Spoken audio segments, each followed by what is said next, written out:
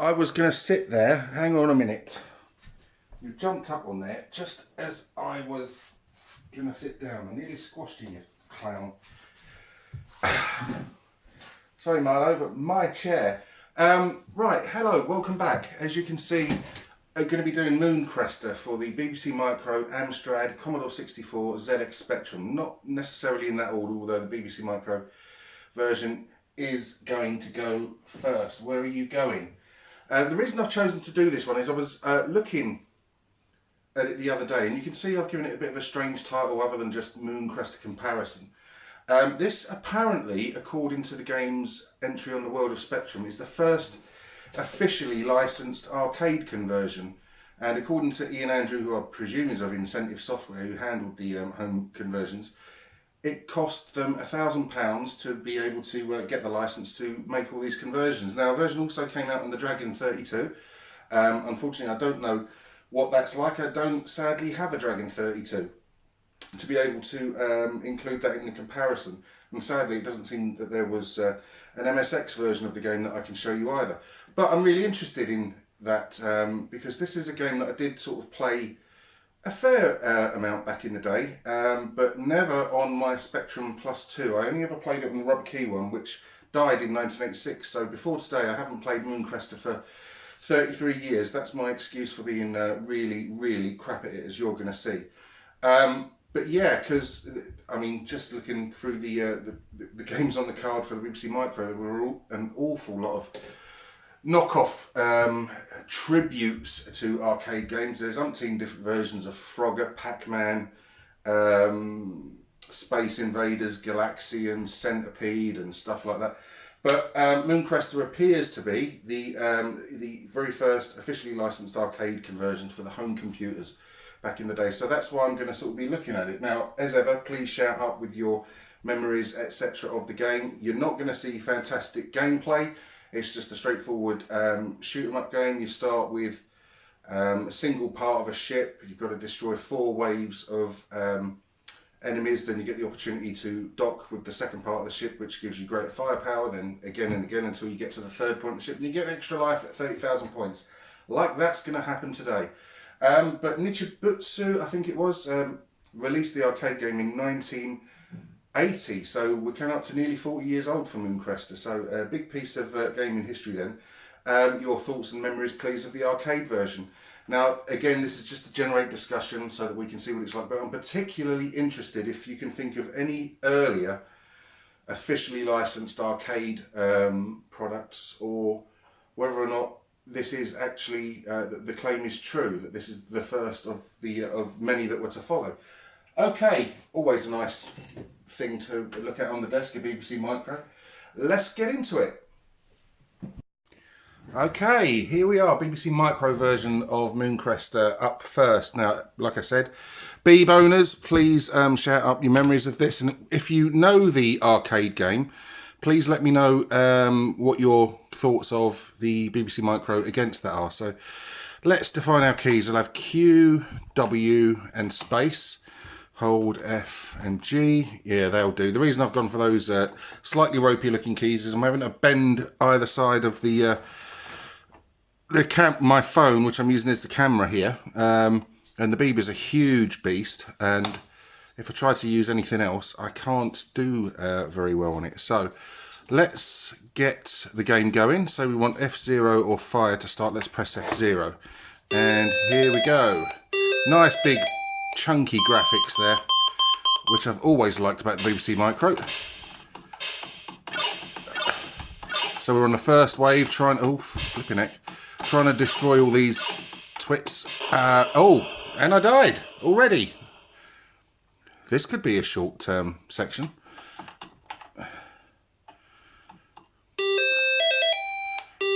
Really nice and loud, but fortunately the in-game sounds, the lasers, etc. So I'm on my second life, which is the second stage of the ship there. And you can see, oh, I've got 2 lasers now. So I'm down to 1 life left after this one. Now it's a little cumbersome, the BBC version. not unplayable by any sort of stretch of the imagination, but there is a kind of, I don't know if it seems there's, you know, the rapid fire isn't as rapid as you would like it to be. It doesn't break the game at all, and it's decent enough. Nice colourful graphics and that sort of nice arcadey sound that BBC games sort of seem to have. You can hear me hammering away at the keyboard there. Ah, come on. Got you. Got him. Oh, come on. Right, so the docking bit now. And I've got to use left and right and space for a bit of thrust to make sure I land it properly. Come on. Got it. But yeah, I can imagine if you were a BBC owner back in the day and you got a copy of Moon Crestor, you'd have found it quite enjoyable. Now, all right, the sort of firing is a lot quicker now. I've got more ship to play with. You see, I'm also a bigger target as well. Now, as I said before, did you play Moon Crestor in the arcades? This is one I remember seeing the arcade version of, but I don't think I ever sort of played it. Ah.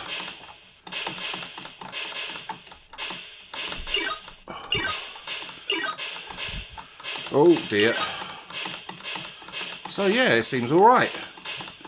Now I've got over the initial sort of cumbersomeness of the first phase, if you like, with just that sort of farty little laser. Where are you going to come down next? Well, come on. Ah! Bollocks. Bollocks, bollocks, bollocks. Right, so I'm on my last life now.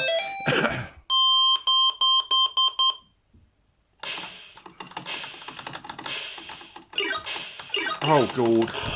Oh, right, yeah, that lasted long. Shall we have one more quick go of Moon Crestor? Shall we? Why not? No, I don't want to put my name on the iScore table. Oh. So let's F0 and off we go.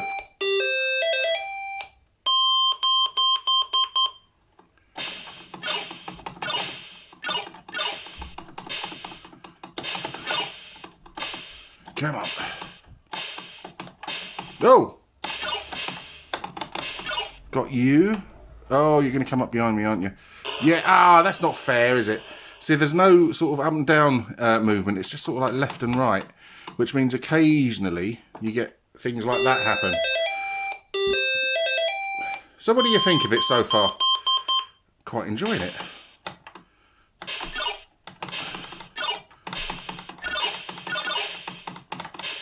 Now, like I said, you get an extra life at 30,000 points. I don't think there's any way I'm achieving that.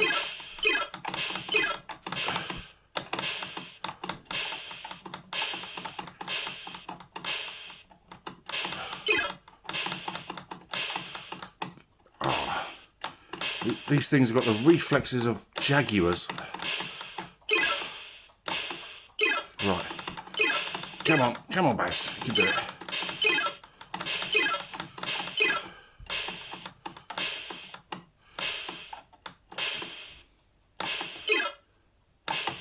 Ah, right, okay. So let's get this docking section out of the way and then we'll move on.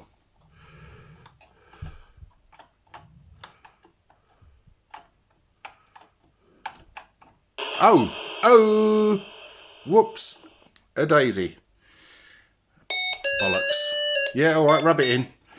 Right, so I'm back to farty little guns now. Ah, there we go. Right. That's pretty decent game, that is. Right, let's move on. What shall we have next? Let's have the Amstrad next. See you in a sec. Okay, here we are off for the Amstrad version of Moon Crestor. Now, I really like the way that screen sort of bleeds in there. It's very nice, sort of loading screen. Again, Amstrad owners, I'd like you to pipe up with your memories of this version of the game. Now, I'm running out of desk space here, so just have to move the Amstrad along because it's a bit of a long old bugger is the old 464. as we all know. Right, I've already defined the keys, Z, X and space. So let's see how we get on with this. Hang on, let me just move things around a bit. Put my fag out. Right, okay. So let's go. Oh, it's 6 to start the game, isn't it? Yeah, I thought it was still on the BBC version. Right, here we go. Moon Crestor on the Amstrad. Again, very nice graphics. And already you can see it's sort of moving a hell of a lot quicker than the what we saw how we saw the BBC strut its stuff. Very colourful. Sounds good. Ah, it's just the pilot that's rubbish. Right, so come on.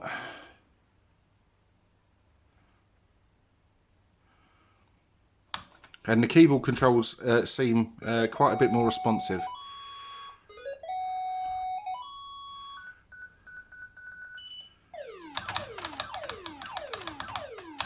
Come here, you clown. Ah, that was a bit unfair. Am I even going to get to the docking bit? Who knows?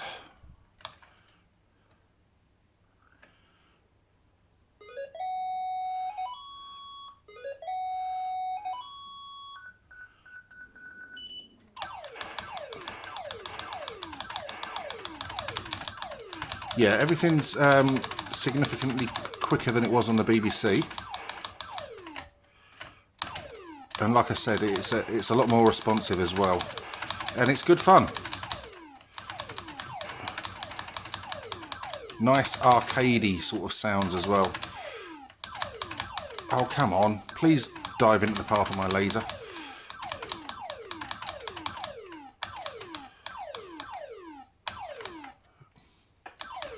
Right, there we go. Oh, now we've got this bunch of buggers now. Where's he going to come out?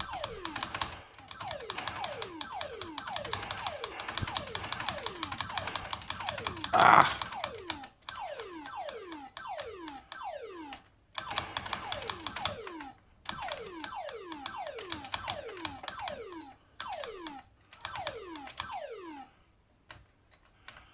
Where are you? Come on.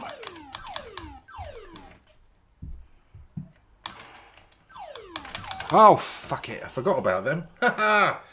Let's have one more go, because that's a very good version of the game. The Amstrad version is. I quite enjoyed that. Now, again, I only started playing it about 10 minutes before I started the video, so unknown territory for me, the Amstrad version of this game. So let's get back into it. Let's try and do a little bit better on the Amstrad this time.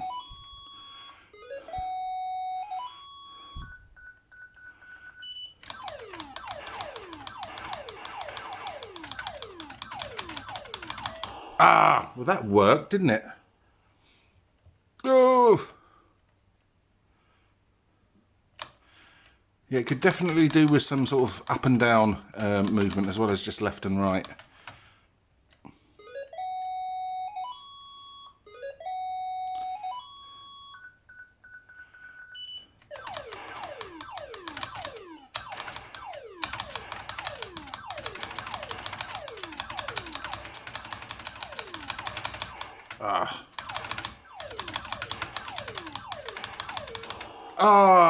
It's a bit of a pain in the arse when they come out the sort of side of the screen where you are sort of camping out at.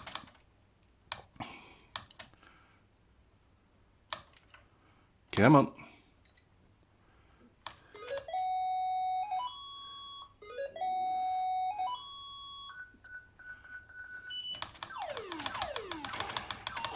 Whoa, I didn't last long on that at all. From the very quick, sort of, what's that been? 5 minutes that I played of the Amstrad version, it's really quite impressive. I don't think there's a need to sort of show you any more of that, so let's move on and we will look at the Spectrum. See you in a sec. Right, okay, now let's see how the ZX Spectrum version fares. Now this is the one, as I said, I'm most familiar with from back in the day. Did play this a bit No good at it. Not going to get to 30,000 points on this. But anyway, let's give it a go and see what it's like. So number 6 to start the game. Okay, Specky fans, your memories, etc. as well, please. Right, there we go. Some nice clear sort of graphics, etc. It's got the Spectrum's usual sort of the 48k beeper sort of farting laser noises that it was capable of. It plays well enough. It's got a decent sort of amount of speed. It's not too quick. It's not as quick, I don't think, as the Amstrad version was. That is what I think is a bit unfair about the game, when things fly into you from the side and you can't sort of get out the way of them, but it is what it is. Right, okay. Let's see how far we can get on this. Right, so on to the next wave. Yeah, nice, decent explosions, etc. And now, I believe there was a prize offered by Incentive. Again, I don't know this for definite. For the first person to evidence 30,000 points. I don't know how they would have evidenced it, etc. Or what the actual prize was. Deed again. Nice sort of like a multicoloured star effect going on in the background. I didn't notice that in the other two versions we've seen so far. That's not to say it wasn't there. I just only noticed it in the Spectrum version. But it's playing like I remember it. I did used to enjoy it. And used to sort of... It was all... Oh! It's a game that was always good for a quick sort of 5-10 minute blast, if you know what I mean.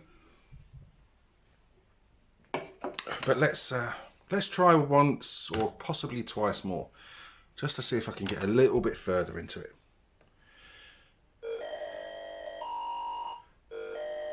Like I said as well, I've never played it in the arcade, so I don't know how sort of accurate a tribute the home conversions are of it. What might be missing, if anything. So if you could fill me in on that, I'd be grateful.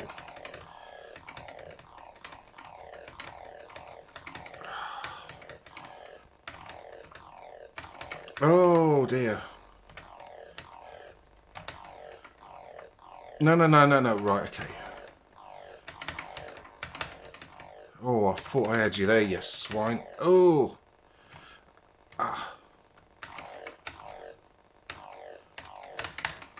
Yeah, I got you there.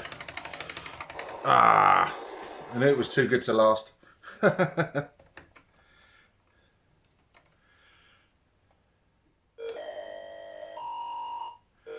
it's amazing to think that, you know, this game in a few months' time will be 40 years old.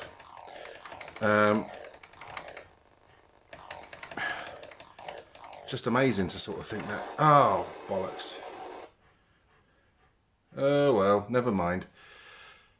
Is that going to be game over? No, it's not game over. Still got one more go.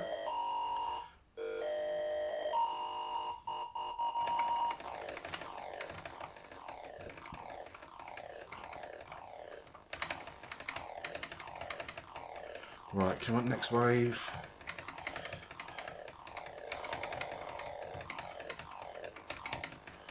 Then the next wave. Oh, these purple buggers move really quickly. Now what's next? Oh, fuck. Forgot about these.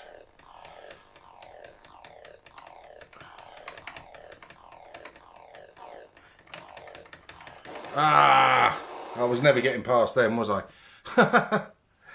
That's game over on the Spectrum. Right, I can't really show you much more than that for that. Let's move on and let's see the Commodore 64. Okay, finally, bringing up the rear, we have the Commodore 64 version. Again, C64 owners, your memories, etc. Let's get into the game. I've redefined the keys, which is a godsend for me on Commodore 64 games. So let's see how this fares.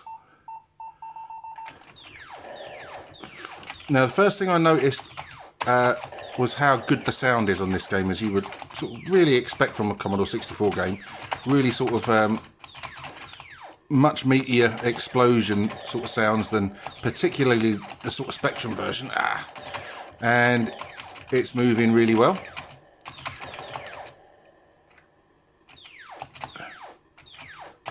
and it's playing just as equally well addictive and frustrating as the other versions so far.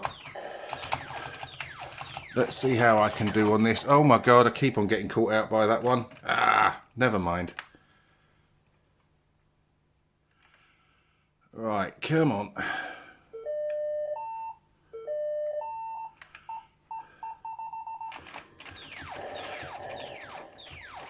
Oh, fucking hell. Got me again. Same place. You can tell I've practiced this version a lot, didn't you? Can't you? I mean...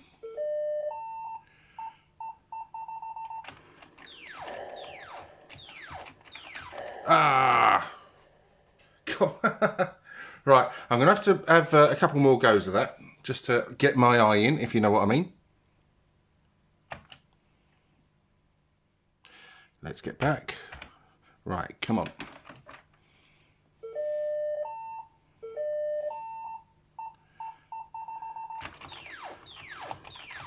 Oh, I haven't hit any of them yet.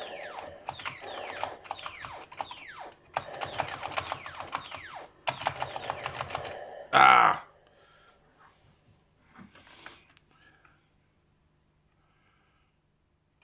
But yeah, I like the nice sort of thumping explosions on this.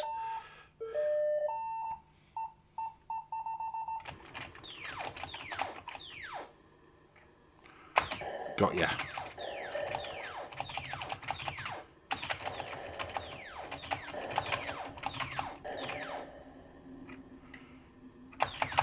Right. I'm sorry for the hammering away at the keyboard sounds, but I just cannot use joysticks, even though this game is just a left, right and fire.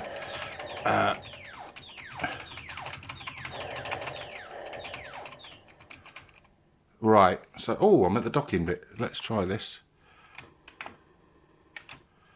Oh dear. Ah! No, that was doomed to failure, wasn't it? Right.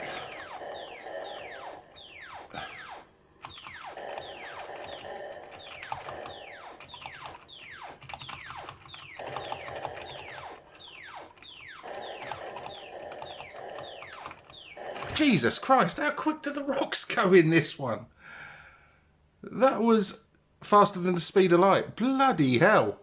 Game over. Right, that's Moon Crestor for the BBC Micro, Amstrad CPC, ZX Spectrum and C64. So let's go to the outro. So there we have it.